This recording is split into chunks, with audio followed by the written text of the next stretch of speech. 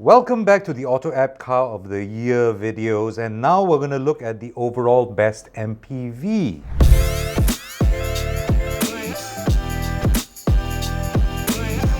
MPVs, honestly, they've really gone out of fashion. I mean, there used to be a time when they used to be ubiquitous on the road. Everywhere you'd find an MPV, but these days it's the trend of the SUV.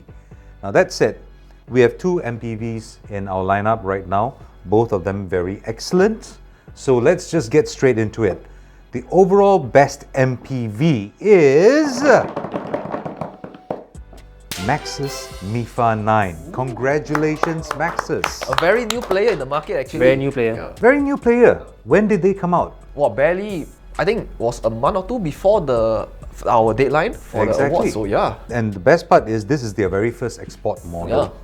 And they have come this far with the MIFA 9. You know, you have to give credit where it's due. Yes. Kudos to them. But Maxus has been around, right? Yes. It has been around, but as a commercial vehicle, Yes.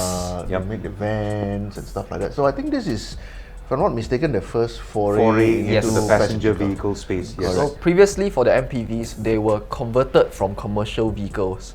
Yeah, so this is the first time that it's a bespoke MPV. Full-fledged Yes. new platform lah. Correct. And you really get a lot of stuff for the MIFA 9, as Vivek will now explain. Here's the thing. Not only is it very comfortable, it can take corners very competently and even power out of them. Oh really? So Which any is other very surprising. roly-poly, how's the suspension like? And Suspension was perfectly planted, nothing untoward. I didn't feel at any time that I was going to excessive body control. excessive body roll and all that. Nothing. It was very nice, very planted, and it's very quiet on the move as well. And one thing is that because of its electrified platform, you don't feel that MPV heft, when you're getting off the line. Yeah, it just feels like a normal car. Yeah. And you're transporting 8 people in the back as well, so, Yeah, speaking of 8 people, so I think just to remind our viewers why we're not comparing it to like the Alpha or the Velfire's is because these are cars that were launched this year. After the cutoff date. Right, after the cutoff date. Maybe next year, who knows, with the new Alpha. Yeah, we might have more competition from there. And I heard even BYD is coming up with EV. Yes, the Denza 9, if I recall. Yeah. I might have butchered that name, but Denza. yes. So yeah. Yeah, so next year's ACOTY is going to be a lot more interesting. But this year we did have another contender though. We did, Yep. and it does deserve mention, and that is the Toyota Sienta hybrid. Yep. In fact, it's the only vehicle that, up to date, I believe, has been featured on AutoApp, Future, and Burn Pavement. Yes. All our editorial titles. All the editorial titles, because it's such a good package. And in fact, Sean, family planning Sean, Yeah. says that that's going to be his likely first vehicle. Yeah. So Borneo, hit me up when that happens. But I must say that during our time of judging and scoring the points, and the 4 of us did sit through many sessions as we came out with all our results, right?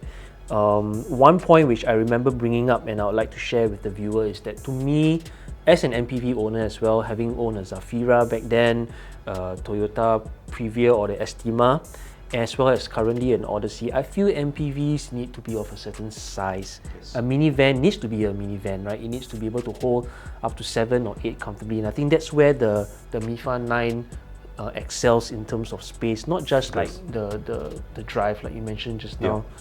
And I think priced well below the current Velfire or Alphard pricing as well. Well, that's Way mainly below, thanks to the VES rebate that it comes under the A1 band, so you automatically get a $25,000 rebate. Discount, yep. So effectively, that kind of gets it out the door in a more competitive Price. price lah.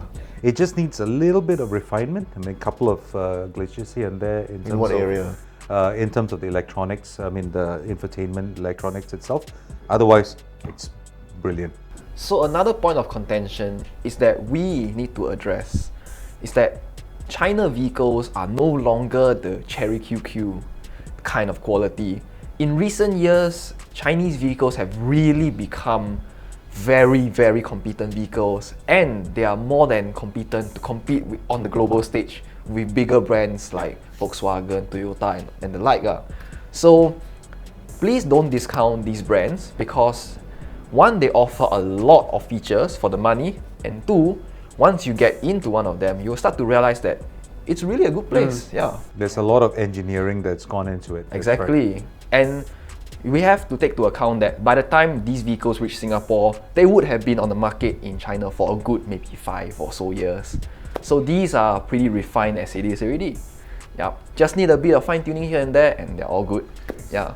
But otherwise, the MIFA 9 is a brilliant car. Well-deserved Maxus. Well-deserved, yeah. well-deserved. So if you'd like to check out our other AutoApp Car of the Year videos, please click this link here. If not, do remember to like, share and subscribe, and we'll catch you on the next one. See ya!